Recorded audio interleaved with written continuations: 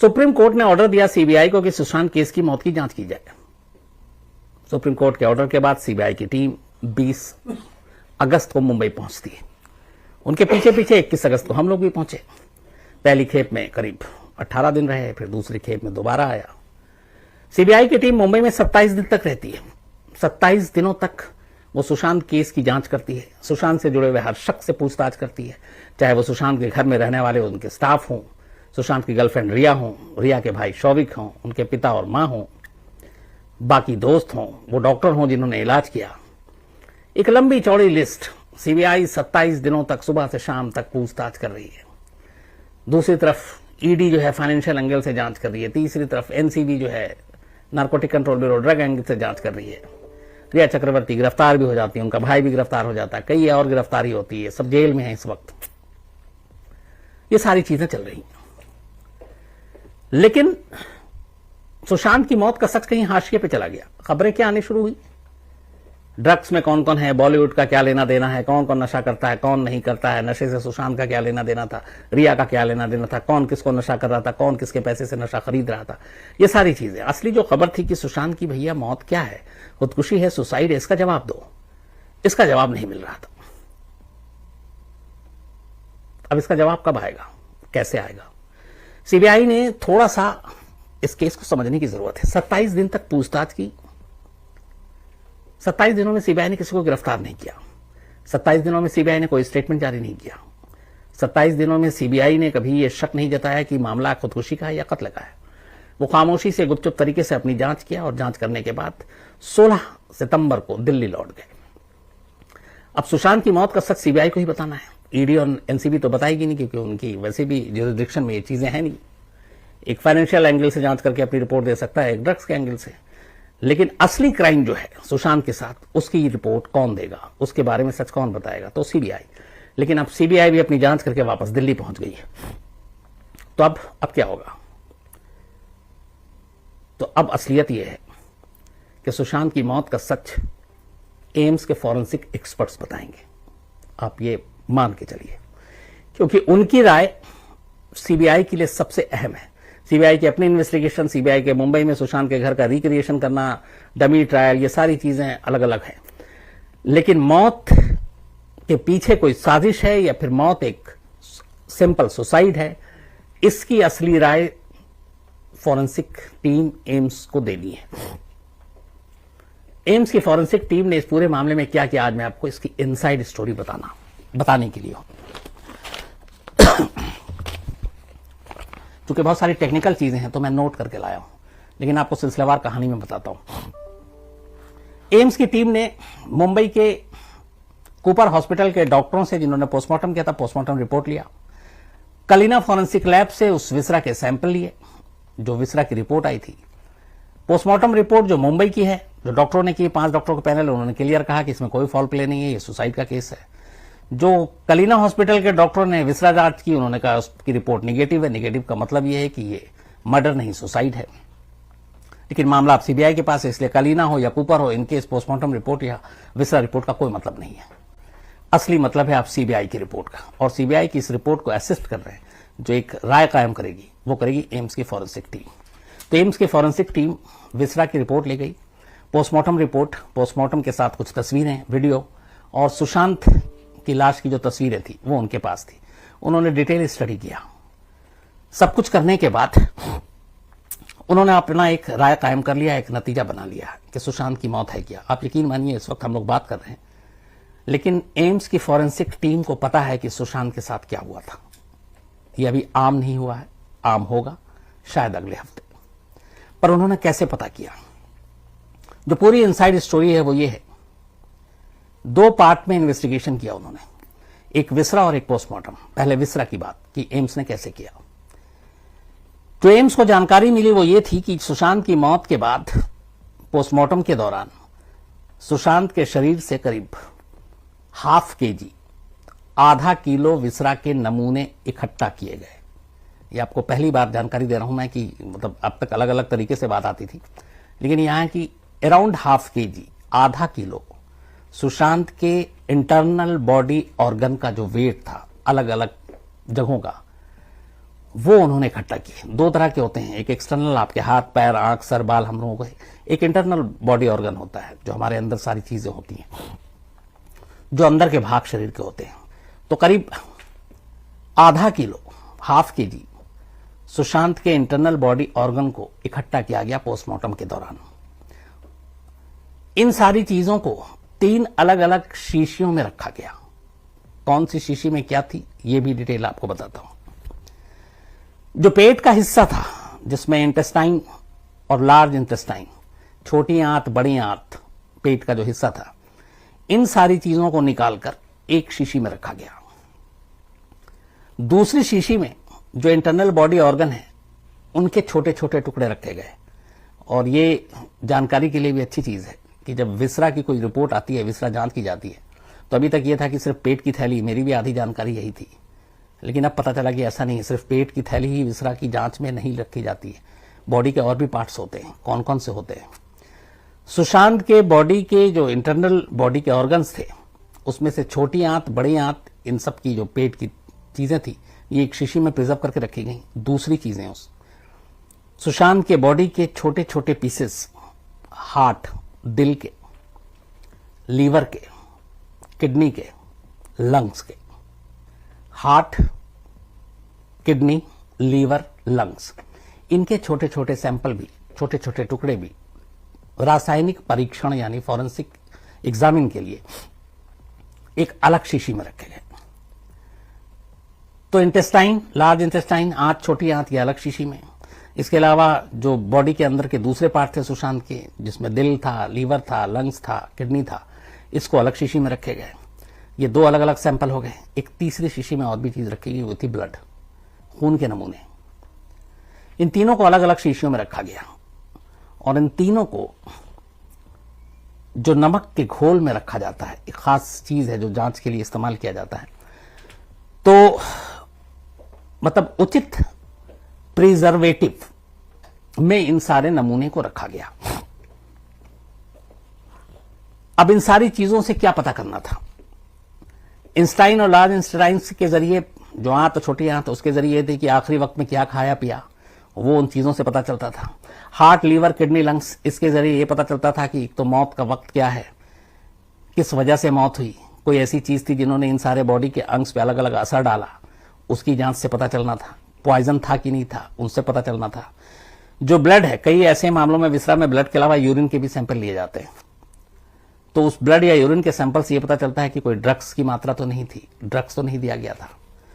तो इन सारी चीजों को लेकर रखा गया और इन सारी चीजों की उसके बाद जांच की गई। अब विसरा की रिपोर्ट आने में वक्त क्यों लगता है ये भी पता चला। जो एम्स की टीम जांच कर रही है उनका कहना था कि ये क्यों हुआ ऐसा। विसरा की पूरी जांच एक्चुअल में ये पता करने के लिए की जाती है कि पॉइजन या जहर दिया गया था नहीं मरने वाले को, या उसने लिया था कि नहीं।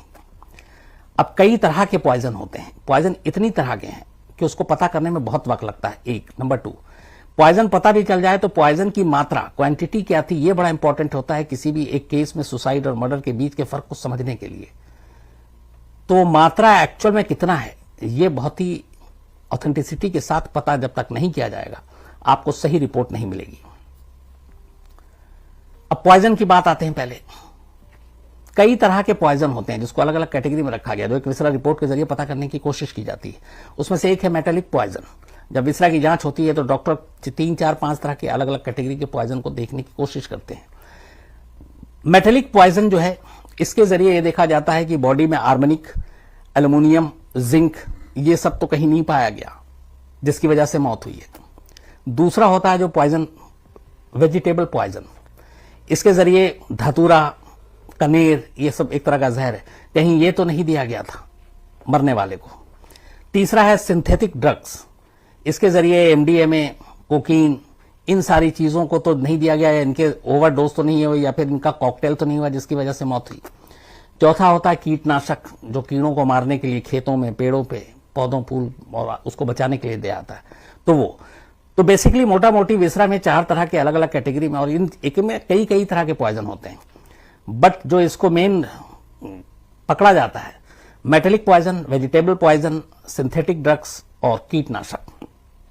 इनके जरिए पता करने की कोशिश की जाती है कि सामने वाले को जहर दी गई है कि नहीं दी गया है। ये तो हो गया जहर का पता करना। दूसरा, कई ऐसे जहर हैं जो इंसान की बॉडी में बिना किसी के दिए हुए खुद बन जाते हैं और विसरा जांच के दौरान उसको पता करना बहुत जरूरी होता है।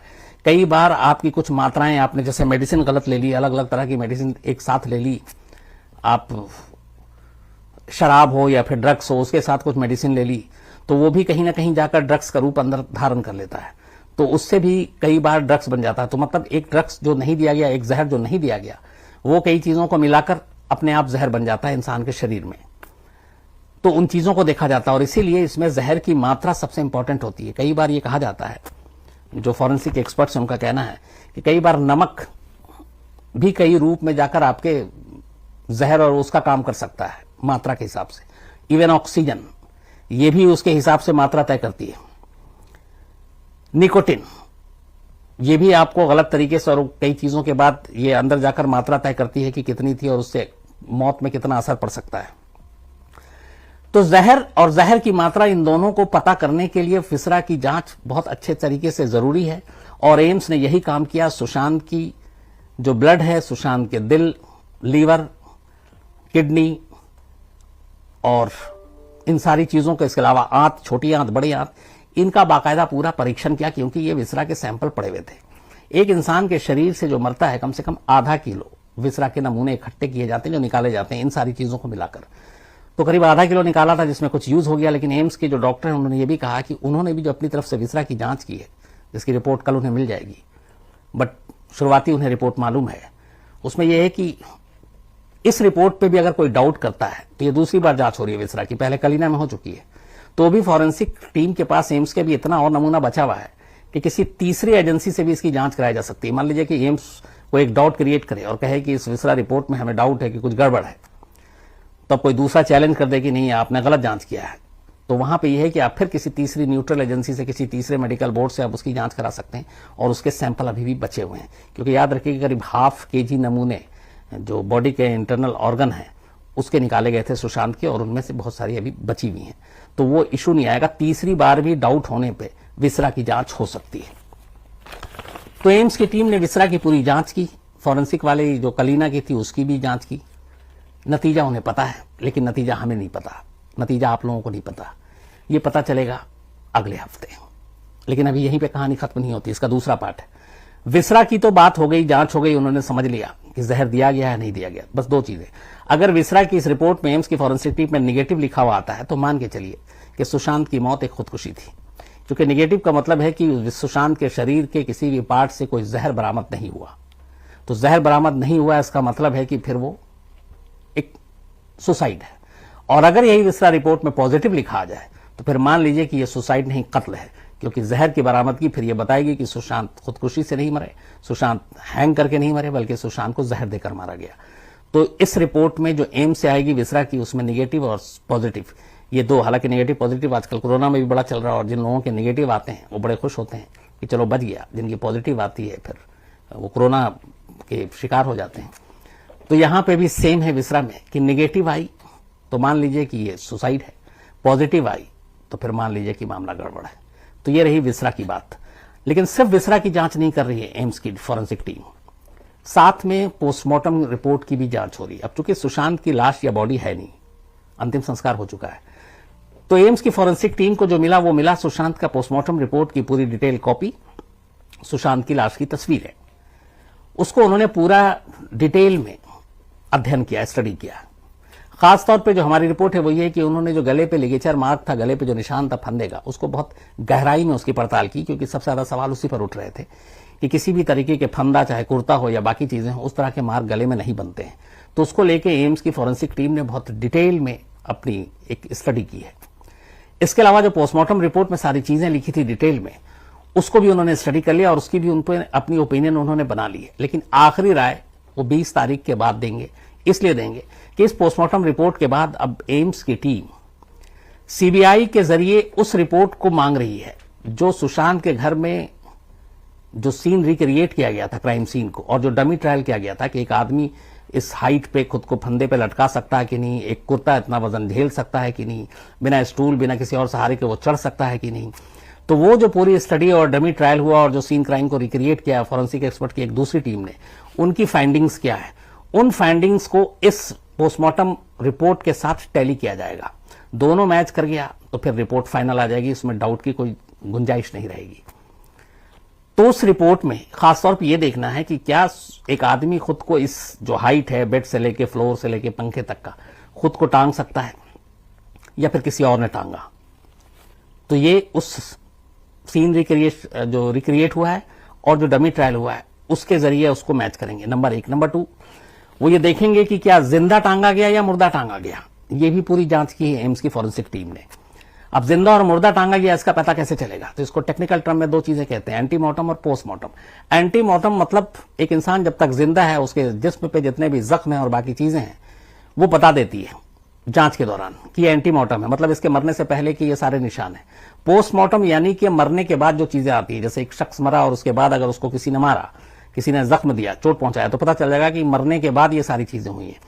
तो यहां पे एंटीमॉर्टम और पोस्टमॉर्टम 2 बड़ी इंपॉर्टेंट चीजें हैं जो फॉरेंसिक टीम ने पूरी स्टडी की है एम्स की। तो उसमें यह देखना है कि सुशांत के शरीर पे कोई ऐसे निशान जो मौत से पहले के हैं, तो फिर वो क्लियर होगा कि मौत से पहले हाथापाई हो, इसका मतलब है खुदकुशी की बात गलत है। और अगर वो सारी चीजें नहीं है और जो बाकी निशान है वो मौत के बाद है यानी पोस्टमॉर्टम है, तो सुशांत के शरीर के छोटे से छोटे एक जख्म की भी गवाही एंटीमॉर्टम और पोस्टमॉर्टम दे देगी। उसके ऊपर उन्होंने बहुत डिटेल में जाकर इन्वेस्टिगेट किया, अध्ययन किया, स्टडी किया। लिगेचर मार्क को लेकर सबसे ज्यादा उन्होंने जोर दिया एम्स की फॉरेंसिक टीम ने। अब ये सारी चीजें कर ली इन्होंने। अब इसके बाद लगभग एम्स की फॉरेंसिक टीम को यह पता है कि सुशांत की मौत का सच क्या है, लेकिन यह सच हम लोगों को नहीं मालूम। उनकी इनिशियल फाइंडिंग्स, इनिशियल रिपोर्ट 4 से 5 लोगों को मालूम है, जिसमें डॉक्टर सुधीर गुप्ता भी हैं। यह रिपोर्ट सीबीआई के साथ साझा की जाएगी शायद, अगर सब कुछ ठीक रहा तो 20 सितंबर को। इसीलिए जो सीबीआई की टीम थी, स्पेशल इन्वेस्टिगेटिव टीम जो मुंबई आई थी 20 अगस्त को, जो 16 सितंबर को वापस गई है, ये लोग कल वापस गए हैं क्योंकि इनको अब फॉरेंसिक टीम के साथ बैठना है। जो डमी ट्रायल हुआ था, जो सीन क्रिएट हुआ था, उन सब की फाइंडिंग्स जो रिपोर्ट है वो देनी है, और एम्स की अपनी टीम जिसने फॉरेंसिक जांच की है, विसरा की और पोस्टमार्टम की, वो उनको देंगे। तीनों चीजों को मिलाया जाएगा और इन तीनों चीजों को मिलाने के बाद ये आखिरी फैसला आएगा कि सुशांत की मौत एक खुदकुशी है या फिर कत्ल है। तो अगला हफ्ता इस केस के लिए बहुत अहम है। अगले हफ्ते में इस सवाल का जवाब शायद मिल जाए, पर देखना यह है कि क्या सीबीआई इसको पब्लिक करती है, कोई प्रेस कॉन्फ्रेंस करती है या कोई बयान जारी करती है, स्टेटमेंट देती है, या एम्स की फॉरेंसिक टीम, हालांकि वो ऑफिशियली नहीं कर सकती क्योंकि सीबीआई ने उनको केस दिया है, तो ऑफिशियली सीबीआई ही सब कुछ कर सकती है। तो देखना है कि यह है कि इस फाइंडिंग्स का आखिरी नतीजा क्या निकलता है। तो इस नतीजे के लिए, सुशांत की मौत के सच के लिए, असल में न सिर्फ ईडी या एनसीबी या सीबीआई, बल्कि एम्स की फॉरेंसिक टीम बताएगी कि इसका सच क्या है और सुशांत की मौत का सच क्या है। तो अगला हफ्ता बड़ा इंपॉर्टेंट है। अगले हफ्ते में ये सारी चीजें क्लियर हो जाएंगी और इसी बहाने दोस्तों इस वीडियो में आपसे कुछ काफ़ी छुपाया गया है, मगर मैं आपको ऑडियो के द्वारा सबको सच बताऊंगा। दोस्तों आपको पता है सुशांत सिंह राजपूत 14 जून 2020 को अपने मुंबई वाले फ्लैट में मृत पाए गए। शुरुआती जांच में इसे आत्महत्या माना गया। मुंबई पुलिस ने कहा कि वो डिप्रेशन से जूझ रहे थे, लेकिन जैसे जैसे मामला बढ़ा शक और सवाल उठने लगे। लोगों को लगा कि ये सिर्फ आत्महत्या नहीं है, कुछ और भी है जो छुपाया जा रहा है। मामला तब और गंभीर हो गया जब सुशांत के परिवार ने रिया चक्रवर्ती पर गंभीर आरोप लगाए। मानसिक उत्पीड़न, पैसों की हेराफेरी और कैरियर बर्बाद करने की कोशिश। बिहार पुलिस ने भी जांच शुरू की और फिर केस सीबीआई को सौंपा गया।